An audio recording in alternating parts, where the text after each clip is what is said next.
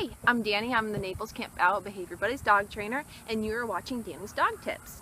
Today, I would like to talk to you about getting your dog ready for back to school. Now, this is something that a lot of people don't necessarily think about when you're worrying about getting your kids ready for their next exciting year in school. But it's a very big change for your dog as well. If you think about it, that you have spent the past 2 months really having a lot more time to spend around your dog, and if you haven't had more time, your kids certainly have. So this is going to be a little bit of an adjustment for both your dogs as well as your kids, so that's something to keep in mind. The first rule of thumb is go back to your crate training. Remember that your crate, or if you have a room that your dog is more comfortable in, it is much better to start off taking a couple steps back to set your dog up for success. In addition, this is going to make your dog feel a little bit more comfortable when he's surrounded with his own things in his or her own room. One of the biggest mistakes that we make as pet owners is giving our dogs too much freedom too soon.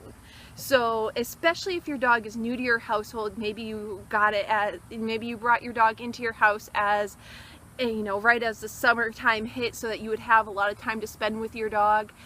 Really make sure that you don't fall into that mistake of giving your dog too much freedom too soon. A room where your dog is comfortable, or a crate where your dog is comfortable, will really make a very big difference in their transition from having you around or your kids around more often than to suddenly not being around quite as much.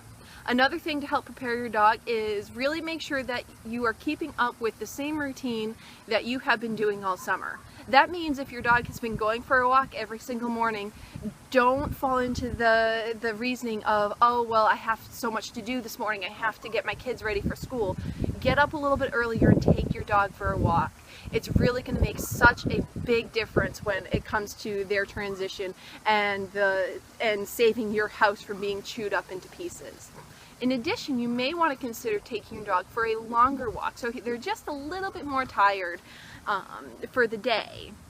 That way, when they do spend time in their crate or their room, or maybe they've graduated from their crate or their room, that they're going to spend most of the day asleep and spend less time worrying about why is everything so much different than it was last week.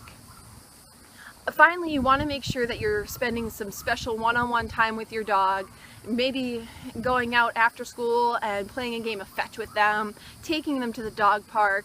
You could, in addition, you could also take them to daycare on some days to help them with that transition of you not being around so frequently.